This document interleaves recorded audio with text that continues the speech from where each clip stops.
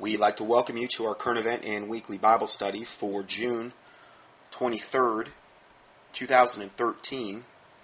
And today we have kind of a combination of some breaking current events. We're going to be looking at the Superman movie that just came out, and a lot of other different subjects, also segueing then into one of my health corner talks as well. So, just to set the tone for today, we'll start out with a few Bible verses. Isaiah 54:17 says, "No weapon that is formed against thee shall prosper, and every tongue that shall rise against thee in judgment thou shalt condemn.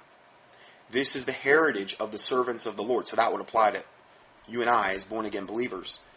"And their righteousness is of me, saith the Lord." So this is a verse that you can literally quote regarding a lot of different circumstances whenever you face evil or a condemning tongue that's rising up against you in judgment, these types of things. This is a really great verse to commit to memory and to quote. Psalm 37:1 says, "Fret not thyself because of evildoers, neither be thou envious against the workers of iniquity." And that's pretty tough to do nowadays because it's like evil's all around us everywhere we look. But the Bible says to fret not thyself because of evildoers. And then it says, "For they shall be soon cut down like the grass and wither as the green herb. Trust in the Lord and do good, so shalt thou dwell in the land, and verily thou shalt be fed." So again, this is just kind of verses that build up your faith and good ones to commit to memory. Now, we're going to be talking, the first subjects we're talking about is essentially our aid to the Syrian rebels, the Syrian Islamic rebels. I understand both sides are Islamic in the conflict and everything, but this is in regard to our specific aid to the rebels going against the Syrian regime. So this first video, and again, I'm not endorsing Glenn Beck here, but it's a good video regarding what's going on over there. And it's entitled "Glenn Beck Shocking Video, This is Who We Are Helping in Syria," with a question mark. Share with everyone. This video contains disturbing images. I mean, every image that seems to be coming out of there is just horrific. People with their heads hacked off. These guys in this video, he literally cuts the guy open and holds up the liver and takes a nice big bite out of it. I mean, these are like the commanders. These are like the main guys doing this, just not the lower down. I mean, I'm sure they're doing it as well. But I mean, the Bible alludes to the fact that if the head of the body is sick, then the whole body will be sick. And so it's just some really sick stuff going on here. The Obama administration, along with progressive Republicans and Democrats, are okaying providing assistance to the Syrian rebels, the same rebels who have pledged allegiance to Al-Qaeda and who cut the heart and liver out of their enemies and eat it live on camera. And this is the video. I'm just going to go ahead and play I think it's about 4 or 5 minutes here. I want you to send this part of the show. We're going to clip it. In fact, mark it when we get up here, Tiffany, and we're going to clip this, and I want you to share just this part with your friends. I'm going to make it very, very short. And here's what I want you to send to your friends. America, I am a imperfect messenger for this. You can call me what you want. You can say I hate the president or whatever. It doesn't matter. I just want you to listen here for just a few minutes, and I'm going to show you some videotape. And I'm going to tell you about the big bad Republicans here. The Republicans, as well as the Democrats, are dragging us into another war. Your government is using your name, and they are sucking you into the Middle East again. And only 15% of Americans think that's a good idea. 11% think we should send arms to the Syrians.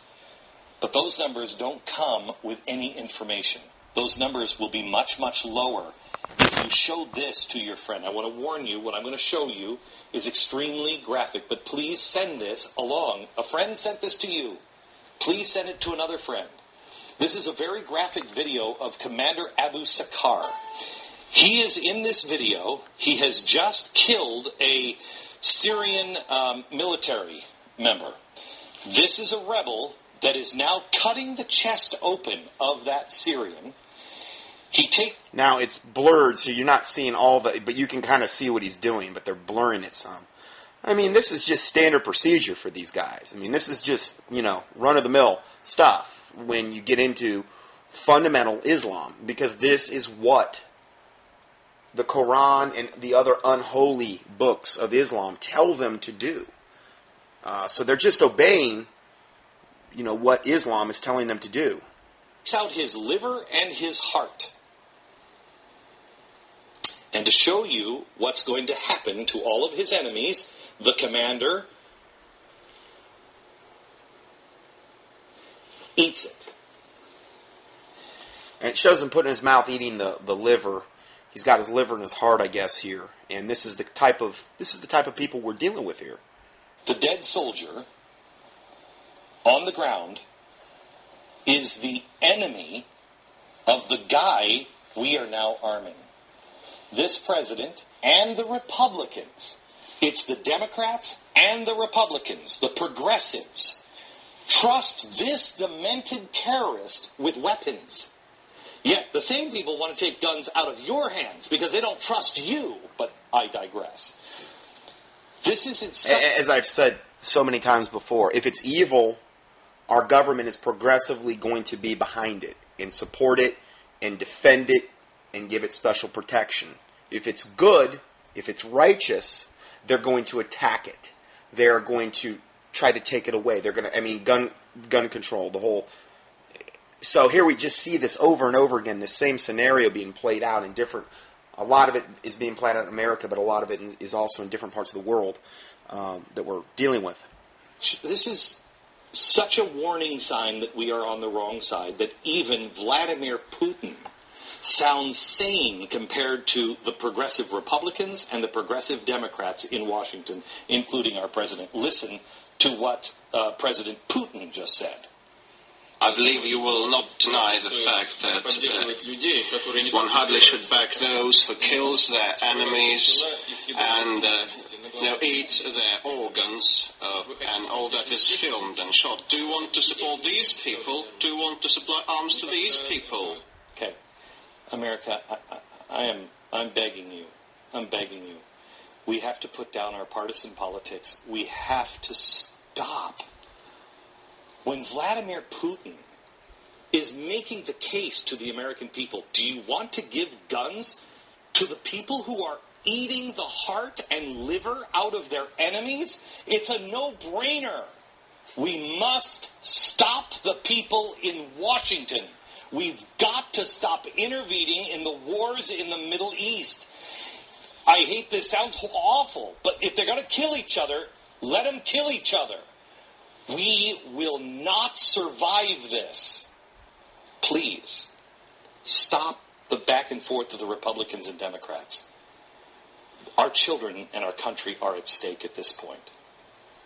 The whole whole left-right paradigm, Democrat-Republican, is just created for our benefit. The whole, Hegelian dialectic, they give us both options. It's like Coke and Pepsi. So, that's all done by design. And this is a great example, too, of what's been going on in the Middle East, where we've documented in the past 2-3 years how our government, the American government, has systematically toppled or helped to topple more moderate regimes. They've all been Islamic, true. But all of these dictators that have been toppled were more moderate than the radicals that they put in place.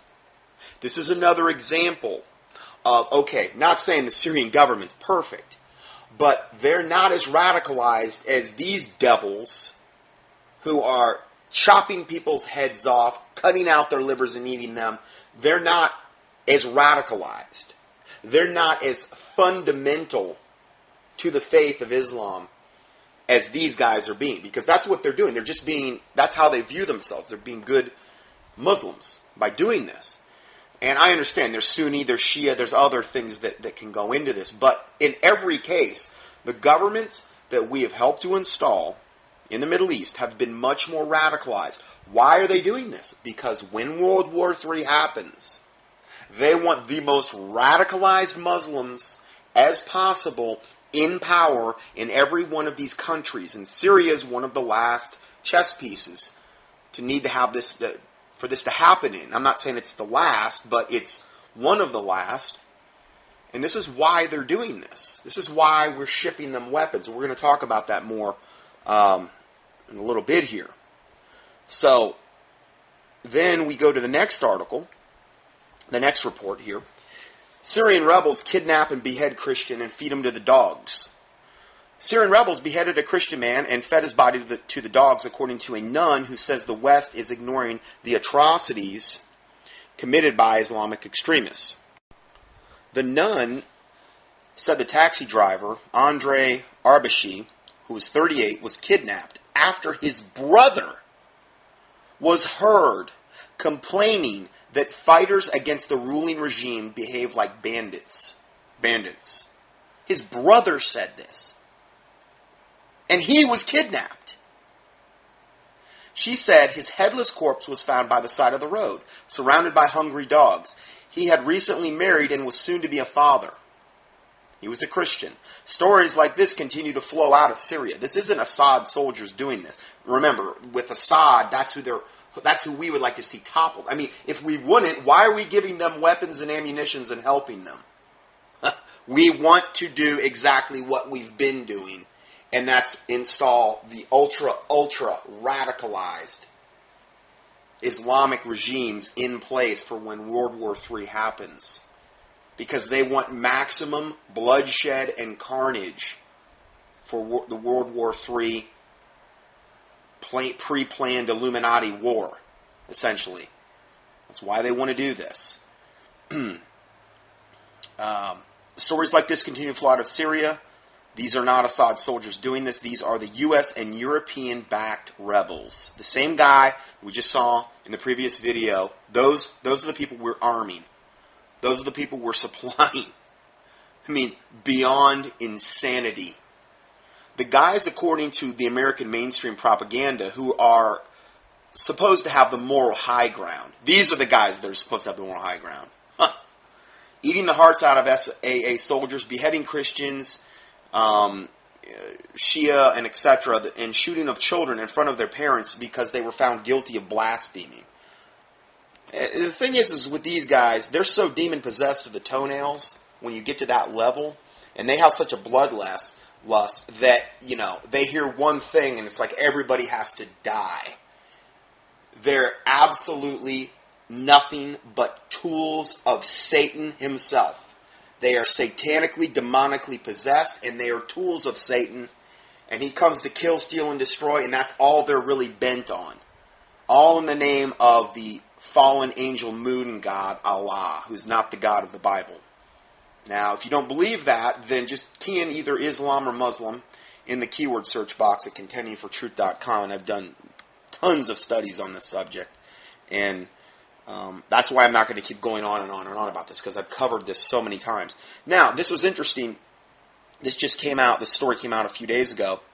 8,540-ton container vessel, the MOL COMFORT, carrying supplies from the U.S. Army to Islamic terrorists in Syria, breaks in two on the Arabian Sea. And here's a picture of it, breaking in two on the Arabian Sea. I mean, I'm talking, this thing is gigantic. You know how big a container is? Like what would essentially be on the back of a semi. I mean, they look like little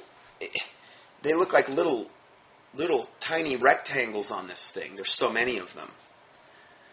So, this MOL COMFORT vessel today suffered a major accident while underway in the Arabian Sea. This was on June 20th of this year, just a few days ago.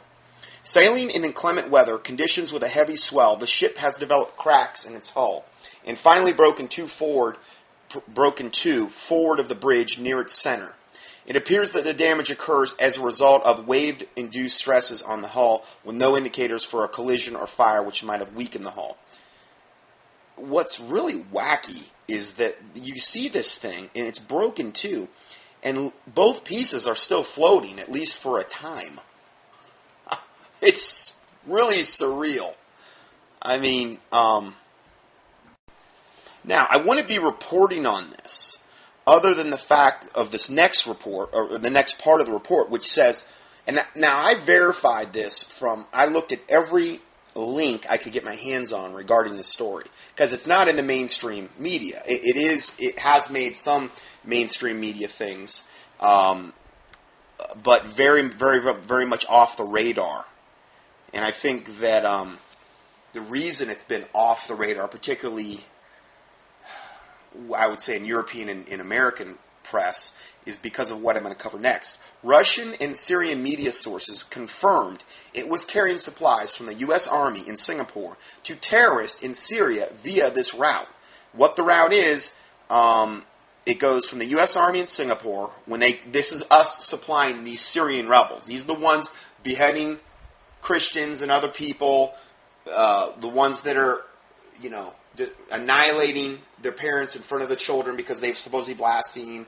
They're the ones cutting out the hearts and livers and eating them live on camera. We were supplying them. In fact, the whole ship was pretty much, according to what they were saying, almost all the containers were going to these rebels. It was carrying supplies from the U.S. Army in Singapore to terrorists in Syria via this route. U.S. Army in Singapore to the Indian Ocean, and then to the Red Sea port of Jeddah, and then Saudi Arabia, and then to the Jordanian port of Aqaba, and then overlaid then to the Syrian territory. The 4,500 containers are loaded with weapons to terrorists in Syria. Now, this was multiple news agencies I saw saying this. It wasn't just one. Syria was admitting this. Russia was reporting on it. And other ones were as well. The 2008 this thing was built in 2008. It's not like it's some, rust bucket bilge out there that is just, floating and it's just ready to kick the bucket. This thing was built in 2008. Is owned and operated by Mitsu OSK Lines of Japan. We're going to talk about that as well. One comment about the story read, even the scale of the consequences of this are impossible to estimate. This is the first case of a modern-day ocean liner container vessel sinking in the ocean after breaking in two parts. Like a poorly built and managed bulk carrier or overaged coaster, nothing like this has ever occurred, and no one believed it was even possible, even theoretically. It could just not happen. But still, here it is. The 2008 MOL COMFORT is owned and operated by Mitsuku OSK Lines of Japan. Now, I did some more searching this morning, and these two reports, the original news report said both halves sank. Then there were other reports saying, well, they didn't. And then this other one came out and said one definitely sank. I have no idea how these things could have just not sank. I mean, they were fully loaded. And they're out there. They're going to be taking on water. Literally, the ship is broke in half. So I believe they're probably both at the bottom of the sea right now. And there's two reports here that indicate, the one in particular from India, they pretty much say it matter-of-factly that it sank, which would make sense. Now, so you have a Japan container ship carrying arms from America, 4,500 containers, to arm the Syrian terrorists, the guys that we just reported on, the ones beheading, cutting out hearts and livers and all that stuff. And it just so happens, in an unprecedented way, to split in half. And this was literally on its way to deliver all this stuff to Syria. I mean, I can't imagine how much carnage could be inflicted with 4,500 containers of supplies, weaponry, whatever. They're saying they were weapons. I can't even comprehend that, what kind of army that could supply. Our tax dollars at work. Our tax dollars at the bottom of the sea. And it was a Japan container vessel that it happened to. Reminded me of a report I had done on Japan and on their anti-Israeli stance. A lot of these weapons are going to be turned on Israel. I mean, let's face it. They might say they're just going to the Syrian rebels. And that's probably true. But how much of those are actually going to be turned on Israel to go against them? Who knows? But I guarantee you it's a large percentage. So, why is Japan so anti-Israeli and the consequences of this? Is it true that God still loves, with an everlasting love, Israel and defends Israel? Read this. 12 months to the day after Japan made a major anti-Israel statement on March 11, 2010, the fourth strongest earthquake ever recorded struck Japan on March 11, 2011. 1 year to the day. This was Fukushima.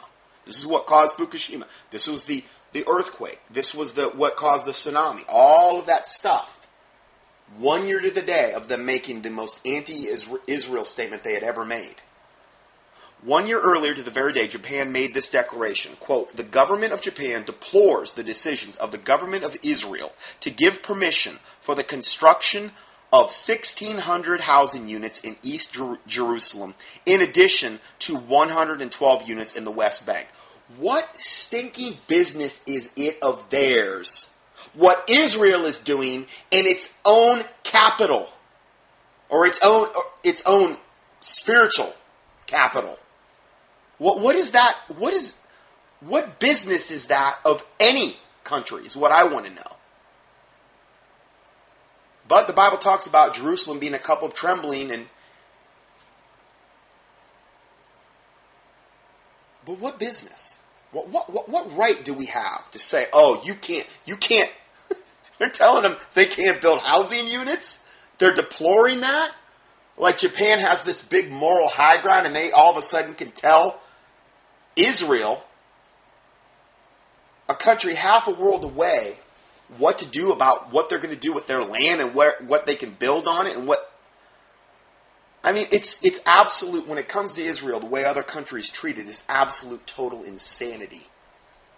It's the only country on earth that this happens with. And if you look at the Bible, it's easy to see why. Because God has always been, or since it's been around, particularly Jerusalem, Israel, has been preoccupied with Israel.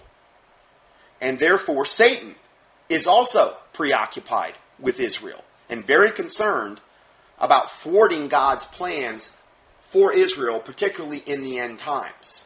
It's not going to happen.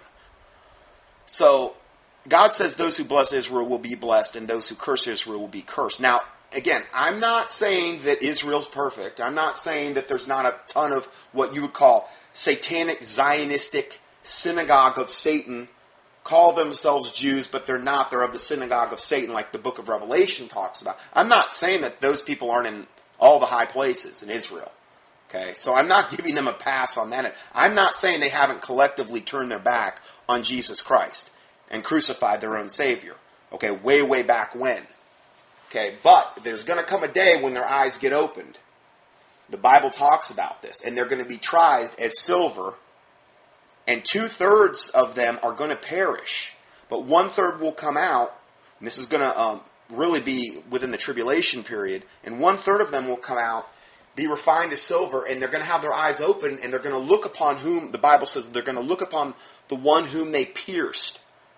And they're going to mourn for him as one mourns for their only begotten son. They're going to look upon Jesus finally. They're going to turn to Jesus Christ. That has not happened yet. I'm not saying it hasn't happened on an individual basis with a lot of the Israelites. But I'm talking about 1/3. The Bible talks about in Zechariah. I've done many teachings on that. So I like to have biblical balance when we're talking about this subject.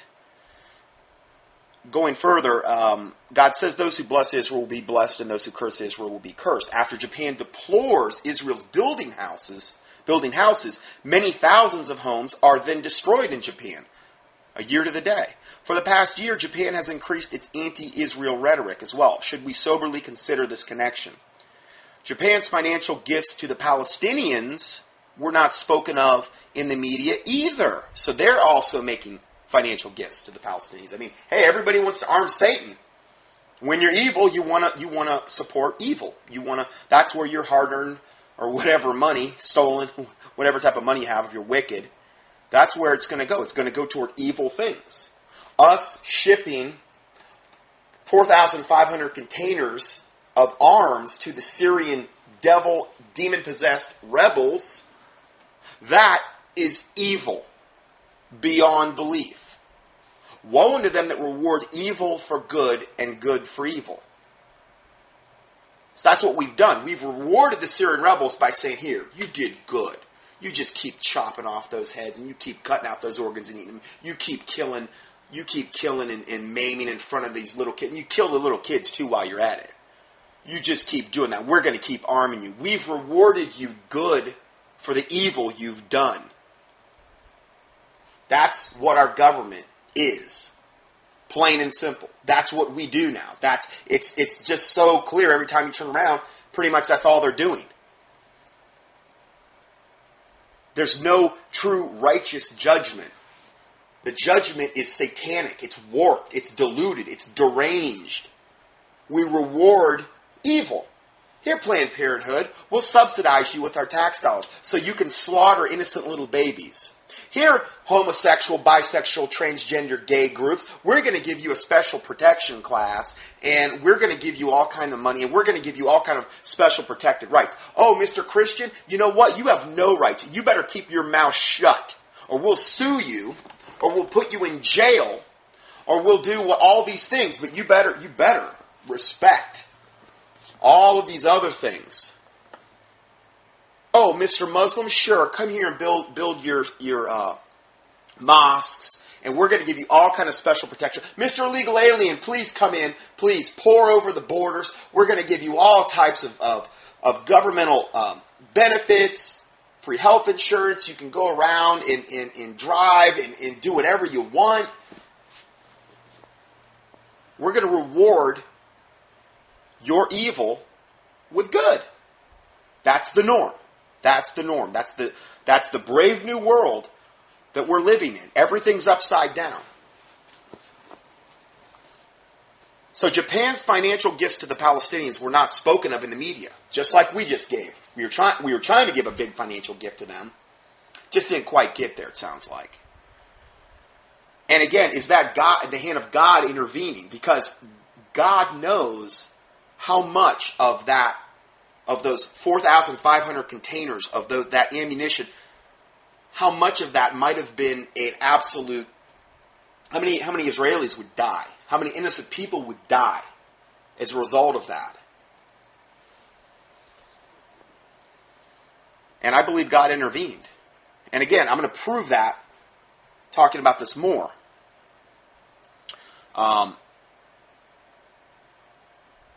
So Japan's financial gifts to the Palestinians were not spoken of the media either, but it seems God was watching and nothing is hidden from his view.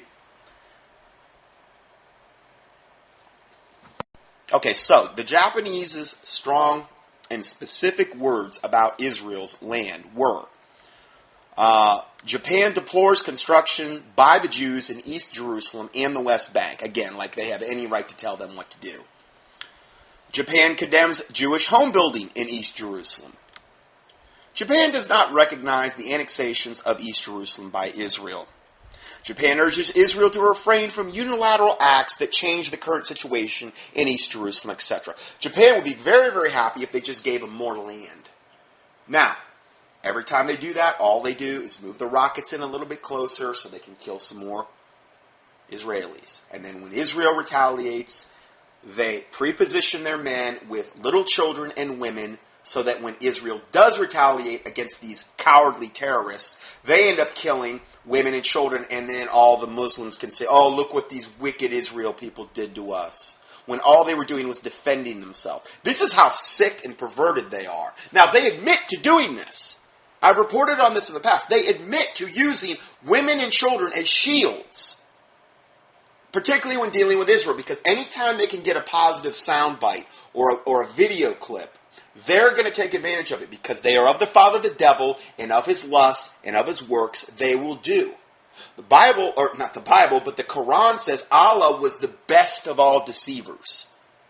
And Allah's followers are supposed to be like him.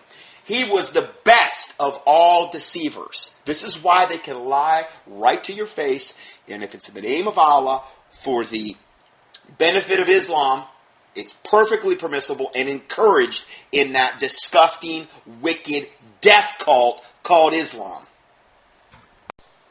Okay, I just added this next part into it. I've reported on this many times. It's not going to take more than a couple minutes to reiterate this, but I think it's pertinent when we talk about this subject. Israel and the consequences of taking her land. Here's a map here you can see. Israel is bordered by 22 hostile Arabic Islamic nations that are 640 times her size. 640 times. And at least 65 times her population, and who knows what it is now. So, pretty much, that's a pretty big outnumbering thing, and it's a very, very small landmass that we're dealing with here. Here we have a picture of Israel superimposed on the state of Florida. And it looks to be about, probably landmass-wise, 1/4 to 1/5 the size of the state of Florida. It's just one state in the 50 states of the United States. So, I mean, we're talking about a very small landmass here. And then we see what Israel has given away for peace. In 1967, Israel controlled land, and then the 1993, they gave away literally the majority of their land. It looks like they gave away about 2/3 of what they had controlled in 1967. And then they gave way more away in 2001, which is what we have now. And again, every time they do, they just move the rockets in closer so the Muslims can get a better shot on them.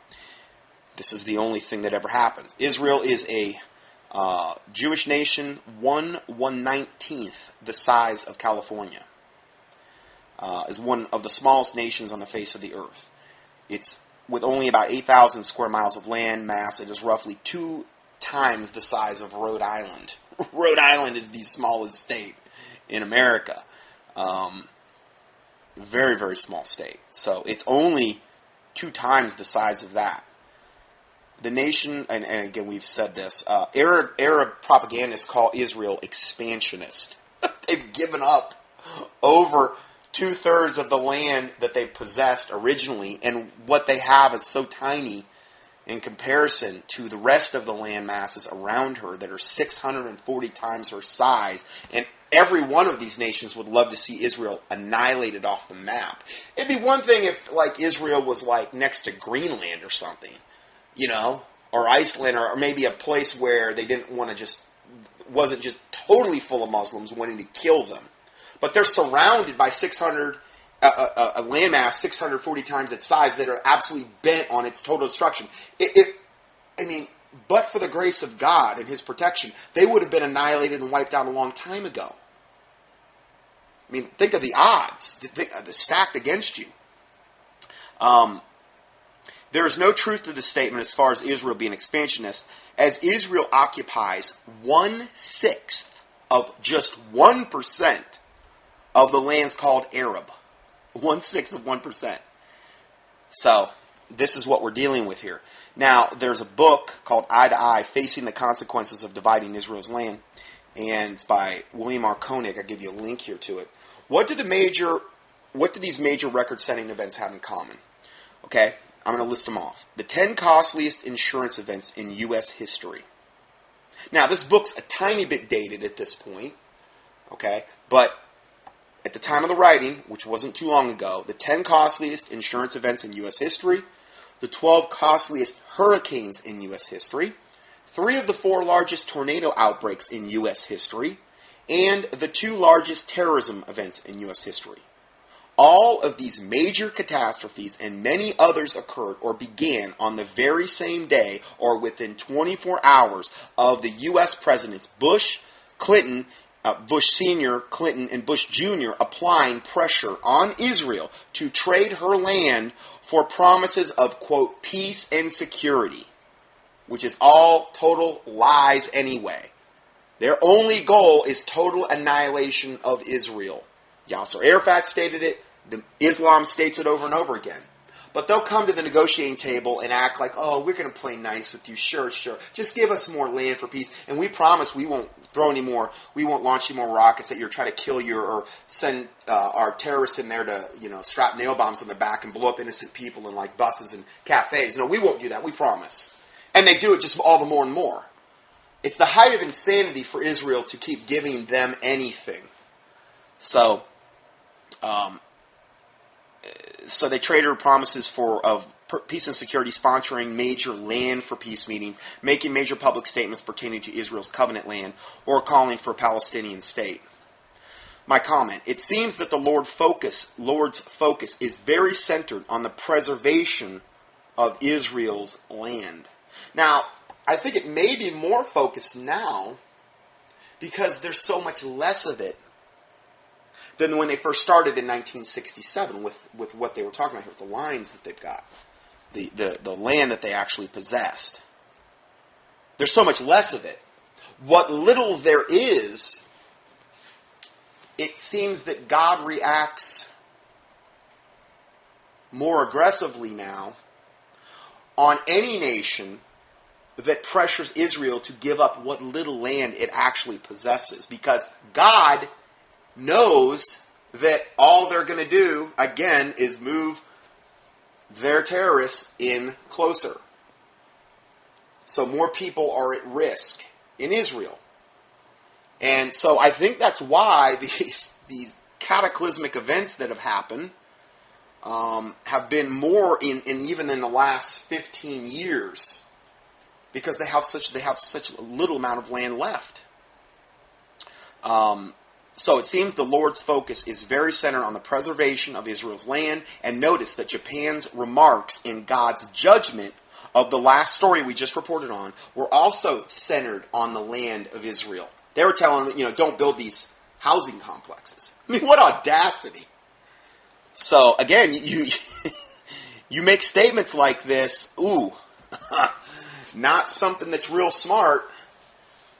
Are each one of these major record-setting events just a coincidence or an awe-inspiring sign that God is actively involved in the affairs of Israel?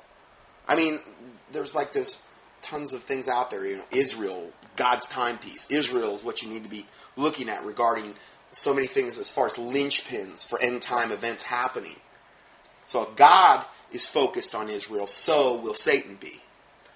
In this book, Bill Koenig provides undeniable facts and conclusive evidence showing that indeed the leaders of the United States and the world are on a collision course with God over Israel's covenant land.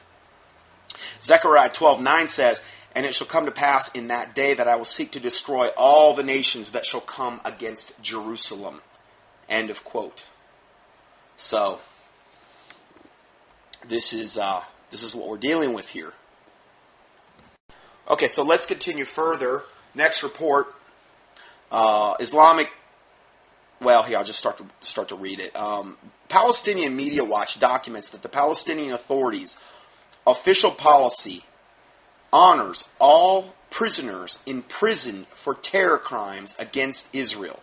So, hey, as long as you killed an Israelite, you're going to be honored. We love you. You did Allah's will, whatever, however you did it, however you killed them, we are going to honor you. Recently, official Palestinian Authority TV chose to glorify two such pre-Oslo terrorists, both of whom murdered innocent Israeli civilians. Palestinian Authority TV honored a terrorist who beat an 84-year-old to death with a hoe. He beat an 84-year-old Jew to death with a hoe. He's honored. This is what it says about him. Okay, so this is their quote. Our hero, this is the guy that beat the guy to death with a garden hoe. Okay. Our hero is still writing the finest epics of endurance, heroism, and self-sacrifice.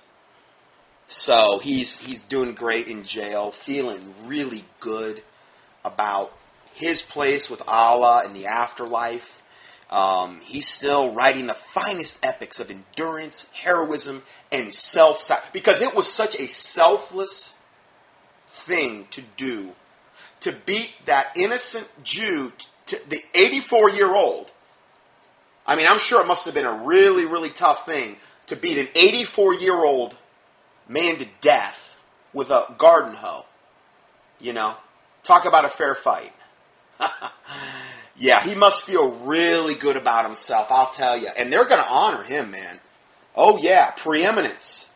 They want the preeminence. You kill a Jew, you're going to have a preeminent place in the hearts of Islam. This is Islam. This is the fruit of Islam. The mother of a terrorist who killed a 24-year-old taxi driver, I wonder if he was related to the 38-year-old taxi driver, the Christian, that they chopped off his head. Incidentally, you might not want to click on that article because they show the Israeli guy. Now, in the first video, they show the guy eating the liver, taking a bite out of the liver with the liver and heart in his hand. And then the second one, they show in his head, this 38-year-old taxi driver's head is on a grill. I think he was probably going to burn the head afterward, but he wanted to get a nice shot with the 38-year-old Christian's head on the grill, with another Islamic leader there proudly showing this. I mean, they're not trying to hide this stuff anymore. This is Islam unmasked. And they're to the point where I feel like they just think they have such a protected status in the world media that they're just out there showing their true colors, right and left. They're not even trying to hide it anymore. And yet, the sick, disgusting, depraved mainstream press, worldwide pretty much, tries to suppress it or justify it in some way. So the mother of the terrorist who killed the 24-year-old taxi driver said, quote, he's never harmed his Muslim brother, never harmed a neighbor, never harmed any person. Oh, but what about the 24-year-old taxi driver he killed? But he's never harmed any person. This is how demonically possessed, deluded, and demented these people are. I have never seen a cult that goes out of their way so much to honor murderers. It's just unfathomable. But this is over and over. This is what you're going to see. The fruit of Islam. Here's the next one. The new Iranian leader to fight the great Zionist Satan. I was kind of surprised about this because I really thought that Ahmadinejad was going to be in there for the long term. He really believed that he was going to be the one that heralded in the return of the Imam Mahdi, their awaited savior, or the 13th Imam. Now, maybe he got bumped off. I don't know. I mean, bumped out of line for that. He felt like he was. But this guy is Hassan Rouhani, is yet another Islamic fascist lifted to power in Tehran. Prime Minister Benjamin Netanyahu made it clear in Sunday's cabinet meeting that he was unimpressed by the new Iranian president, Hassan Rouhani, moderate credentials, quote moderate credentials, saying that he too calls Israel the great Zionist Satan. And that was from the Jerusalem Post. Now, the comment made by the author of this article says the post-Christian West no longer believes in Christian values, but are embracing Islam. First and foremost, history, according to Islam, deletes any Jewish connection to the land of Israel. I mean, they just delete it. I mean, on this Palestinian Authority TV, they just, when you see maps, Israel's not even on the map. They do everything they can do to delete Israel out of even a conversation relating to the possession of that land. This is how deluded they are. And they just can't stand the thought of it. After the Iranian Revolution, the Ayatollah regime in Tehran has been a, quote, lighthouse for all anti-Semites in the world. They are betting on this regime to be able to wipe Israel off the face of the earth. And all of these radicalized regimes that are being put in place, soon to be Syria will be the next one that'll drop. All of this, I really believe that Iran will probably try to spearhead when they actually go through with World War III. They'll probably be right at the tip of the spear there. I could be wrong, but I doubt it. So, let's see here. Let's go ahead and end part 1 here because we're going to go to a different theme now. We're going to shift it back to more of the America and talk about this immigration bill, national ID, these types of things. So I'm going to go ahead and end part 1 here, and we'll go to part 2 next. Scott Johnson's weekly audios are available for free 24/7 on the internet at contendingfortruth.com. That's CONTENDINGFORTRUTH.com. Please help us continue this work. To support this ministry, our mailing address is Scott Johnson, 2nd line 450 Conover, CONOVER Boulevard West, number 202, 3rd line, Conover, North Carolina, 28613. Or on the internet, PayPal can be used at contendingfortruth.com. Thank you, and may the Lord Jesus Christ richly bless you.